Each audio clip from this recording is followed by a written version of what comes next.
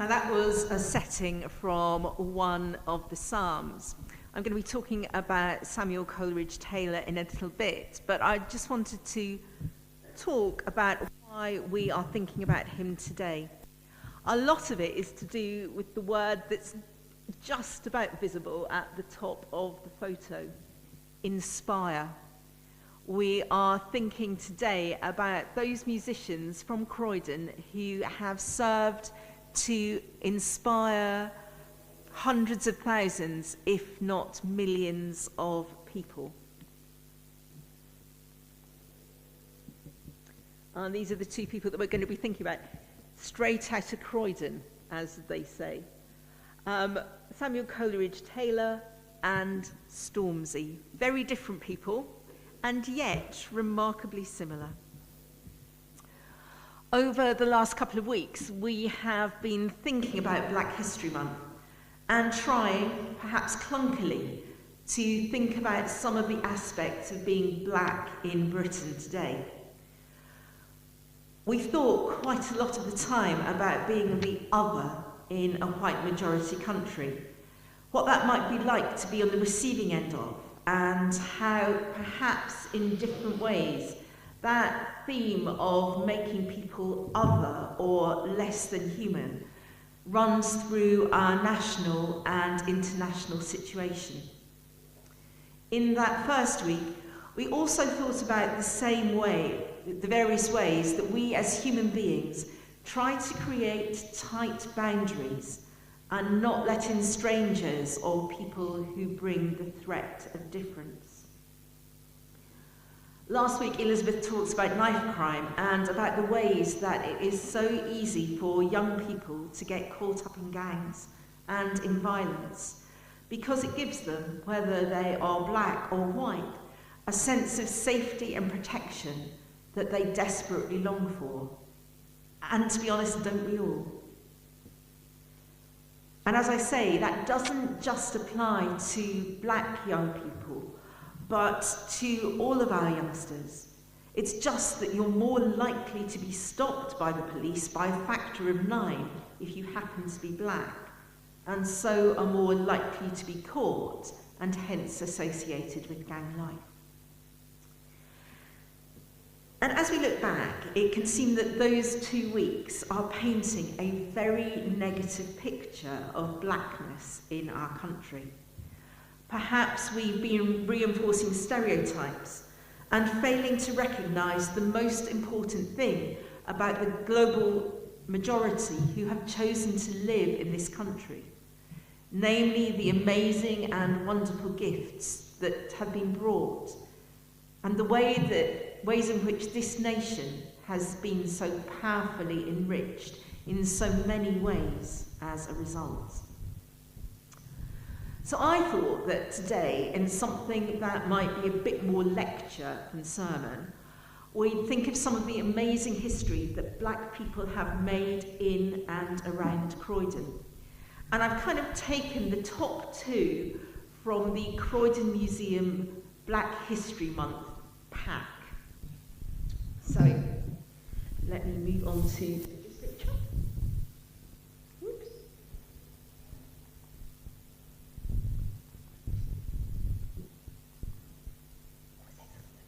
You go and press the button for me, Elizabeth. I know how to feel. Might be the battery going. Okay, so at this point in time, the grime star, you might not understand that word, but I'll come back to it in a second. The grime star Stormzy is probably the most famous Croydon export throughout the world. You might have heard of him, although the 8 o'clock service weren't completely convinced they ever had. But you might know his music. You might have at Glastonbury in 2019. His real name is Michael Ebenezer Kwajo Omari Oko, and he grew up in South Norwood or Thornton Heath. Some opinions vary depending on where you live. With his mum, Abigail, and 2 brothers.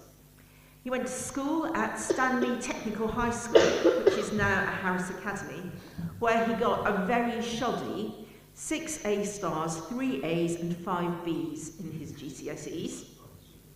And I quote from him a very humiliating result in his A-levels, where he got an A, B, C, D and an E. He was intended, if you like, to go to Oxbridge, but he decided in his final year at school that that really wasn't the life for him. So he went to undertake an apprenticeship in Leamington Spa, and then worked in one of the refineries in Southampton for a couple of years. He'd always been writing poetry, he's always been writing songs, and he started off, when he was about 11, rapping at his local youth club. Now, his music might not be to everyone's taste. There is a lot, I've written it down here as effing and blinding, but as part of the grime scene, it is absolutely recognisable as London, and dare I say it, South London. He is so strongly London-based. He had a major #1 hit with Ed Sheeran, which was called Take Me Back to London. The things that he talks about are the things of everyday life. Things that I picked out were coffee shops, hot chocolate, chicken shops, social media, mobile phones, the angst of relationships, his struggle with depression, and his faith. And there is quite a lot of sex and violence, but as another poet or MC called George the Poet has said, that sort of lyric is the sort of thing that record companies and publishers will back, perhaps because it is reinforcing the racial stereotypes. But just to focus on those things is to ignore a huge amount of the work that Stormzy has done, the things that he's said. The gospel music with which we started the service has been a significant part of his first album.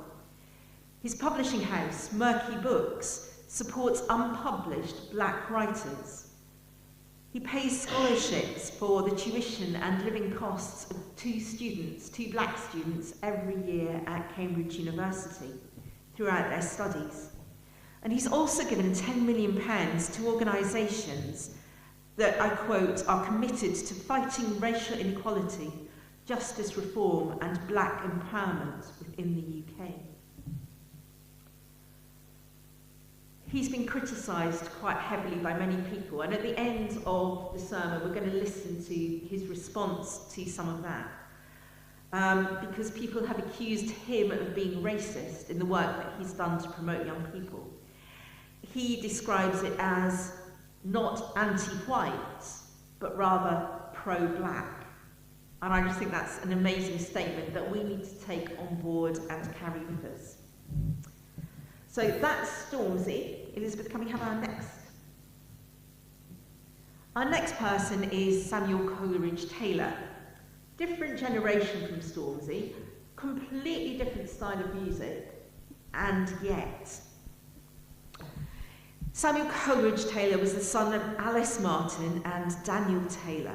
Alice was a white woman from London, and Daniel Taylor was from Sierra Leone, and he had come to London to study medicine. Daniel Taylor was descended from slaves who had been freed during the American War of Independence and who had moved to Sierra Leone. Before Samuel was born, Daniel returned to Africa, where he worked as the lead coroner in Ghana. In 1886, Alice married George Evans, and the family moved to Croydon. Samuel's adopted father taught him the violin from an early age, and he was accepted as a violin student at the Royal College of Music at the age of 15, where he was the first black student in the college.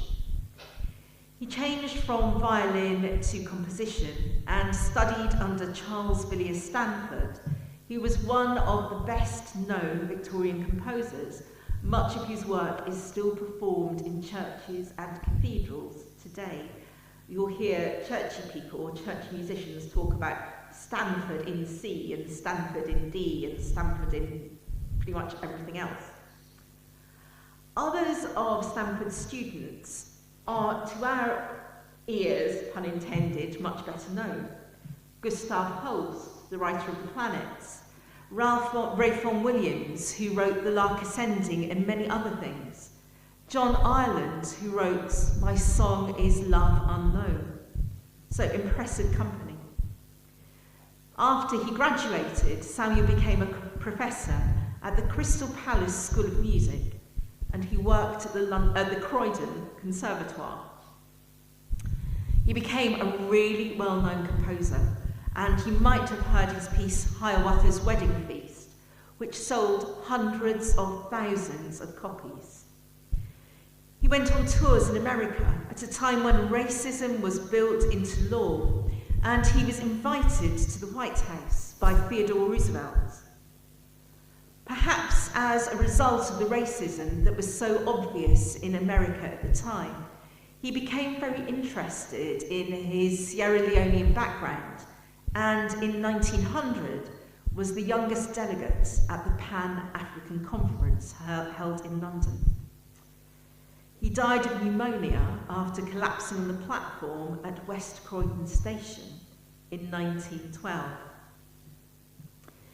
His legacy continued in a variety of ways.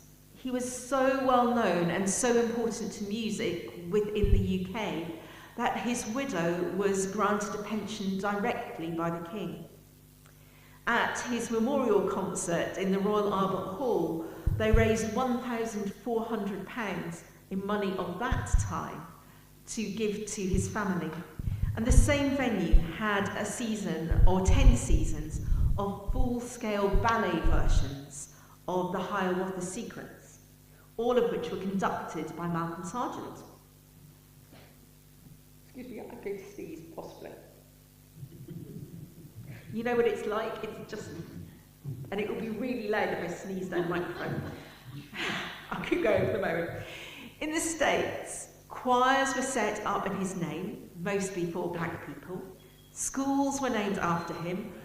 About 2 or 3 films have been made of his life, and in the last 10 years, some of his works have received their premiere performances, including his long-lost opera, Thelma.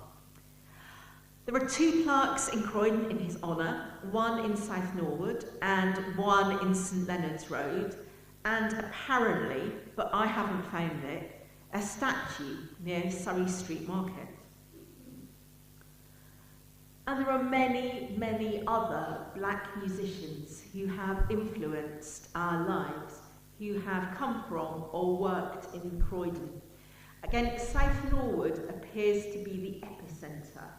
Many famous recording studios there, close to the Brit School where so many of our current musicians train.